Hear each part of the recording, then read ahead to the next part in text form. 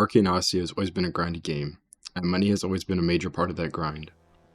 Since the addition of fleets and full release, auction house prices have increased dramatically, and for players without a fleet, it's nearly impossible to afford any listings.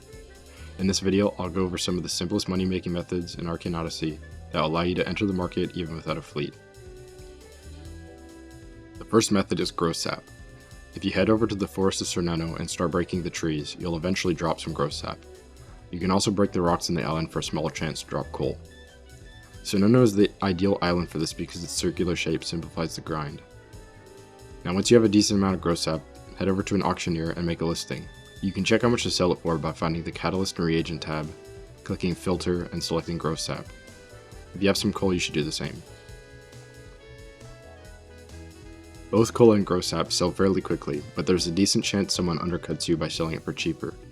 It's not a good idea to flip fast-moving items like this because of how easy they are to obtain. Even if you buy out everything and reset the market, you'll end up with too much stock to sell before people start undercutting you again. This is the most labor-intensive method, but it's also the easiest to do in new slots and while you're bored. The second method applies to a wide variety of items, but it's fully passive once you set it up. For 5,000 drachma, you can create a guild. This allows you to claim an island and build on it. Once you have a guild and some more drachma, head over to Cassia Bay in the Bronze Sea, or the eastern reaches in the Nimbus Sea. Buy a farmer's hut and some reagent pots, then find a castaway to work there, and you can start farming.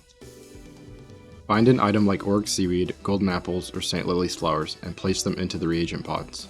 You can only grow plant type ingredients, and you should make sure to choose something that sells well. Once you've done that, make sure to save the base to your guild slot, so any other members of the guild can load it in as well.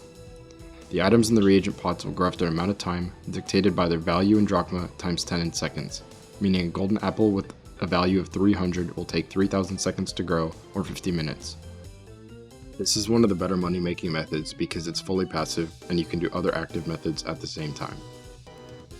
Now, it's important to note that you should set up a fleet as soon as possible. Even if these methods are making you enough profit to buy everything you need, fleets just straight up print money, and if they're set up right, they can be completely passive.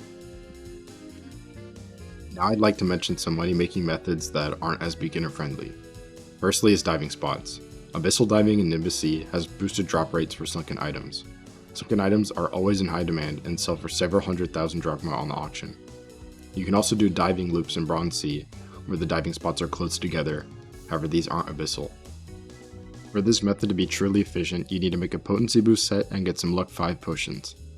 You make potency boost gems with Tartarus Tears or Caustic Fabric, with Tartarus Tears being the better version. Slot them into Thurgis robes or gilded items for the optimal boost. Then you need a swim set. You can make the gems for it with Storm Salt or Toxic Seawater bottles. These will boost your swim speed. Again, use Thurgis or gilded items for the maximum boost. To stay under the water longer, you need to make some water breathing 5 potions with Oryx Seaweed. Equip the potency set first and use both the luck and water breathing potions, then swap to the swim set. Potency boost makes potion effects last longer, so you can spend less on luck and water breathing and get more out of it. Another method is charting. At charting level 10, you gain access to lost charts. They drop lost knowledge upon completion, and similar to sunken, these are high demand items that sell for a lot on the auction.